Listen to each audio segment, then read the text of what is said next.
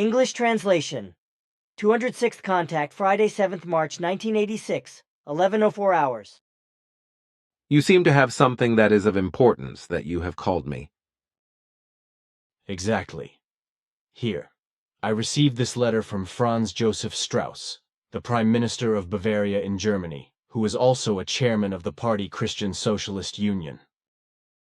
You can read it. He asks whether I can give him exact predictions for the next 20 years, namely in relation to the development of the economy and in regards to the anarchism and terror of certain extremist groups, etc. Also, he asks me whether I can calculate for him how long he can still administer his office and what his life expectancy is. He thinks that I could probably give him information because he would bear the truth with certainty.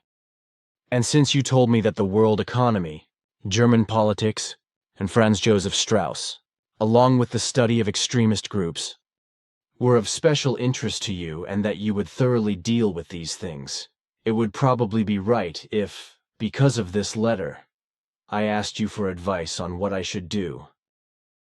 First, let me read the whole letter. Of course, excuse me. The words that are written here are good. And because I am able to judge Franz Josef Strauss very well as a result of my investigations and observations, I think it is very well appropriate if you give him exhaustive information, but I must still explain some concerns to you.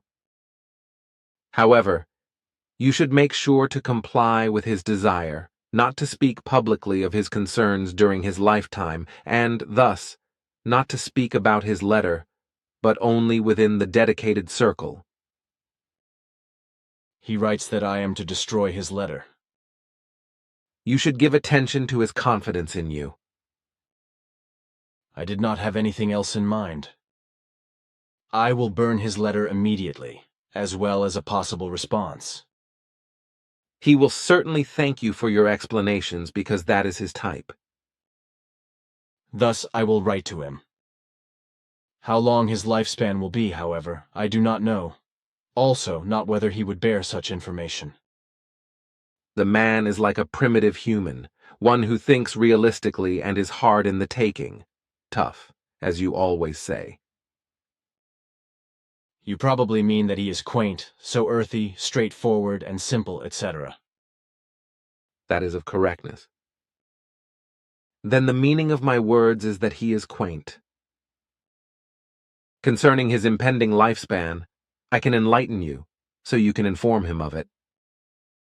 My prediction relating to this has clearly shown that he only has about 32 months to go before he will pass from life into death. The date of his death will be the 3rd of October, 1988. So he will be 73 years old. His demise, what will be the reason for it? Not an assassination attempt or something? No, the reason will be heart failure and circulatory failure. So, then tell me what I should write to him. Everything except what I already know. Also, you can tell me the answer to the question that Hans Benz gave to me, regarding the economic situation for the next few years, until around the turn of the millennium. In particular, he is interested in the company Sulzer and other large-scale enterprises in Switzerland. Actually, I should not explain anything about that. But since it concerns a problem that will get out of control within a short time, and that also lies in the interest of the Swiss population, I still want to share some facts with you in an official form.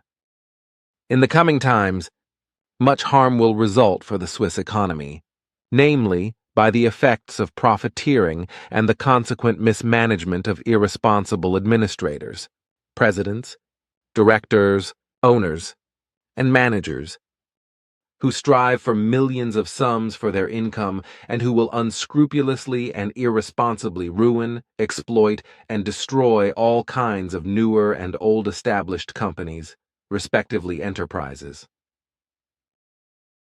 Thus, as you always say, all sorts of businesses with dozens or even hundreds and thousands of employees and workers will be sold off, dissolved, driven into bankruptcy, or merged with other companies. Incredible loans will be granted by the banks to the businesses, etc., whereby the companies will get into debt, namely in millions and billions of amounts, loans that can never be repaid, and that ultimately lead to bankruptcy. Thus, irresponsible management and profiteering, as well as the related mismanagement, will lead to the impoverishment of the private sector, but this will not only be so for Switzerland, but also for Germany and all other industrialized nations of the world. And with respect to the specific question of Hans Benz, which is related to the company Sulzer, I must say that even this will disintegrate more and more in a few years, and will lose its old value and character as well as reputation. It will be very bad with the Swiss national pride, namely in the year 2001, when the Swissair will be devastated by irresponsible managers and administrators, etc., by mismanagement, megalomania, inflated salaries and severance amounts for outgoing leaders, as well as just as excessive salaries for personnel and pilots, etc., and by megalomaniac business connections and business interests, which are reflected in an economic criminal form, as one would actually have to say, although the necessary capital will be missing for this. But unfortunately, it will be such that those who are responsible will not be held accountable when everything has gone so far. Rather, others who are innocent will be held financially responsible for this. Falsely. Also, much guilt will be awarded for an event that will occur on the 11th of September, 2001 in America, when fundamentalist, radical extremists who hate Americans will murder thousands of humans in an act of terrorism, about which I may not mention the closer details officially, but rather only tell you confidentially. Wait, please. Can one not prevent these things if I announce them? You know that this is not possible because my explanation does not concern a prophecy, but a prediction, which resulted from a viewing of the future. Therefore, it is irrevocable. And if you would mention the exact details publicly, then the result would only be much worse, namely, that the Third World War would be triggered. Nevertheless, this danger will still exist because America will take revenge for the inhuman act of terrorism and will request the NATO countries to provide assistance in this act of vengeance. The great baller for this will, through inconsistencies, be appointed the new president of the USA only a few months earlier, a man by the name of Bush, whose father will have already been a U.S. president.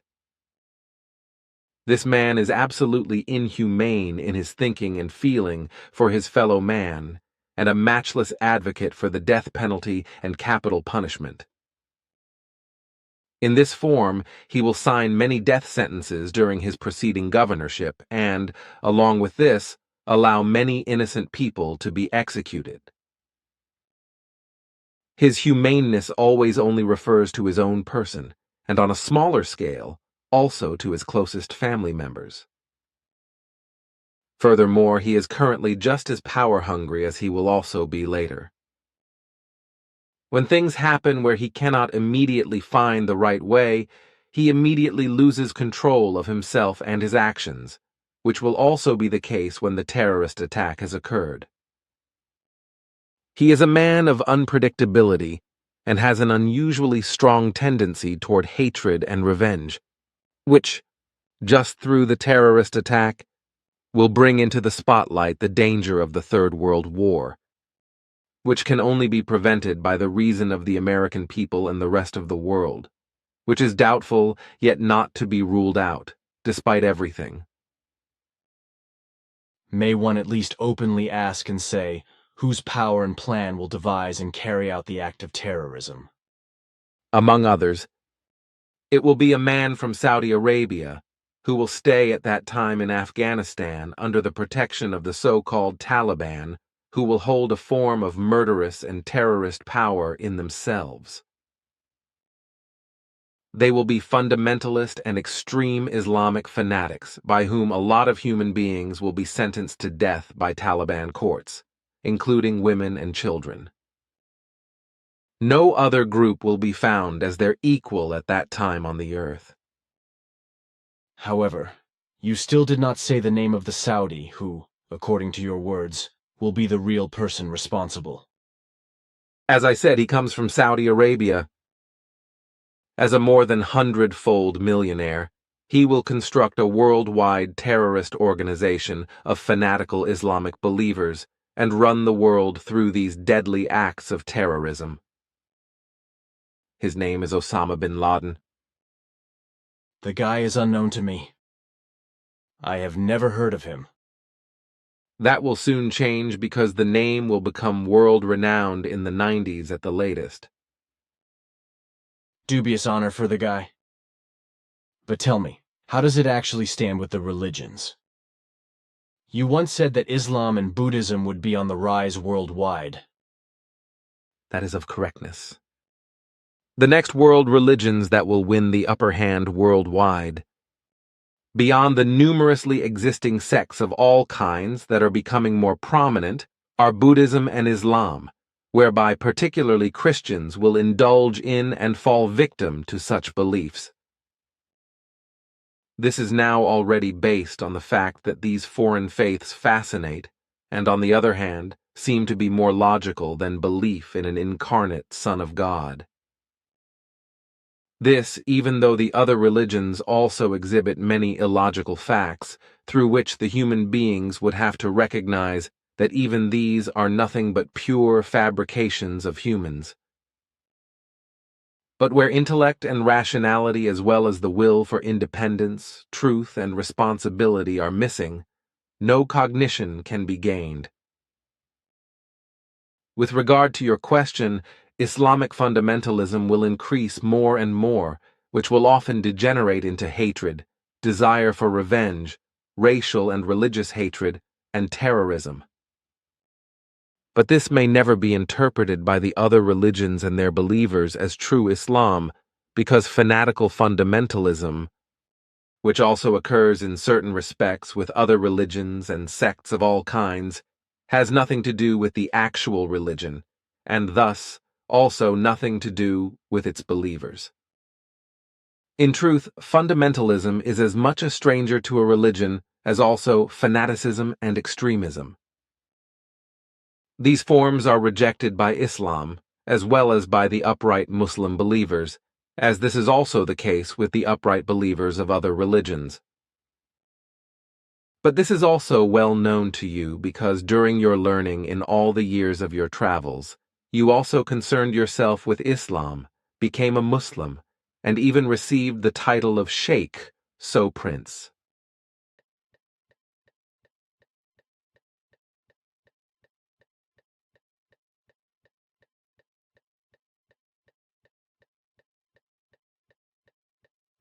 I did, yes, and that is right. But I discarded all the adopted religions again. For me, they were always only a means for learning. That is of correctness and known to me. But now, we should turn our attention to those concerns that I still have to explain to you in confidence, so that you can tell them to Franz Joseph Strauss. All right, then go ahead.